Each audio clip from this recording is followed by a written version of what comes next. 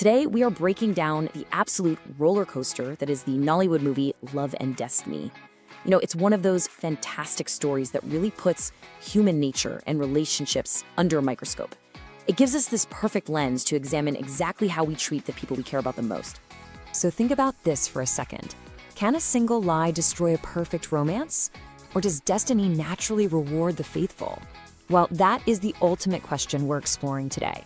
It hooks right into the heart of two drastically different relationships featured in the film, and it's a brilliant setup because it forces us to look at the very foundation of partnership. Section 1. A Tale of Two Romances. The character contrast in this movie is established right from the jump, and it is night and day. On one side, we have the generous chief. He's this honest, uplifting, and incredibly kind wealthy man who decides to elevate a humble street hawker. And then, on the exact opposite end, we have Anamdi. Guys, he is deceitful, manipulative, and greedy to his core. He's purely using his wealthy fiancé to fund this lavish lifestyle, all while hiding a massive, life-altering secret. Moving on to Section 2, The Sweetness of Genuine Love. This storyline wonderfully illustrates how genuine love just kind of blossoms organically, right? Like, day one starts with a super simple, kind gesture. The chief deliberately overpays for a humble meal of bread and beans, literally just to make her smile. Weeks later, we see this connection grow into active care. He's buying her new clothes, taking her out for proper meals.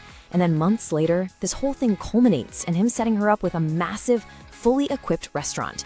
It beautifully maps that transition from just a simple meal of bread and beans to this profound, life-changing mutual support. And the chief? He recognizes her value immediately. As he puts it, it's just when something special enters in life, that is when this kind of thing happens. He actually credits his sudden business success, like literally selling 3 cars in a single day, directly to her positive presence in his life. He sees her as his good luck charm, you know? A genuine blessing that he just wants to protect and nurture. Section 3. The Heavy Cost of Betrayal. So, karma is simply the consequences of one's actions, right? And oh boy, is it perfectly demonstrated here. Namdi is busy organizing this highly flamboyant, incredibly expensive wedding with his wealthy fiancée, using her money, of course. But karma strikes hard when Namdi's hidden, pregnant ex-girlfriend accidentally discovers his whereabouts. She exposes his entire double life right in the middle of a family gathering. His chaotic web of lies finally catches up with him. And let me tell you, the fallout is absolutely spectacular. During their devastating breakup scene, his wealthy fiancée holds nothing back. She tells him, "You're gonna give me every goddamn thing I gave to you. The houses, the cars, the businesses, the gold." In a single moment, she ruthlessly strips him of all that unearned wealth. He tries to blame the devil, he begs, he pleads, but no way. She is completely done with him and tosses him right out onto the street. Namdi loses absolutely everything. His wealthy fiancé kicks him out, he goes begging his friends for a 10 million naira loan, and they completely deny him. He cries to his mother, and she essentially just tells him to accept his fault and move on.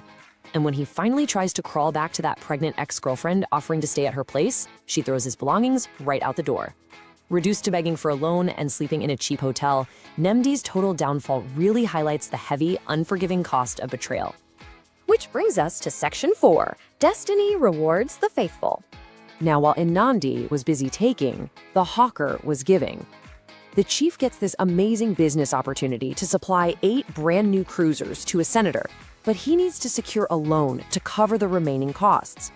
In this stunning display of trust, the hawker offers her late father's land, which is her only inheritance, by the way, as collateral so the chief can secure his massive contract. She's willing to sacrifice everything she has to support his business ambitions, proving without a doubt that she's a true partner.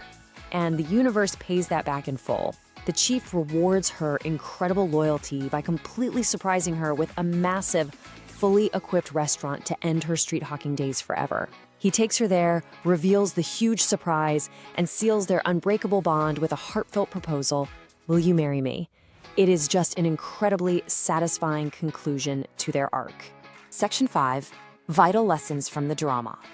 So what does this all mean? Well, honesty forms the absolute bedrock of any lasting romance. Without it, the whole foundation is rotten. Manipulation, like we saw with Anamdi, might work for a little while, but it always leads to inevitable loss. True partnership involves mutual sacrifice, perfectly embodied by the hawker risking her inheritance for the chief's dream. And finally, authenticity naturally attracts genuine blessings. Deceit strips you bare, while generosity compounds into incredible, lifelong partnerships. And that really brings us to the core thesis of the film. True love is built on transparency and mutual upliftment, never on deception and greed. This powerful idea serves as the ultimate moral of the story, giving us this beautiful, practical roadmap for how healthy relationships should actually function in our own lives. So, I'm going to leave you with this final thought. Are you building your relationships on a solid foundation of trust or a fragile house of cards? Think about your own journey, how you treat the people you care about, and what kind of energy you're putting out into the world. Thanks so much for joining this explainer, and remember, keep building on that solid foundation.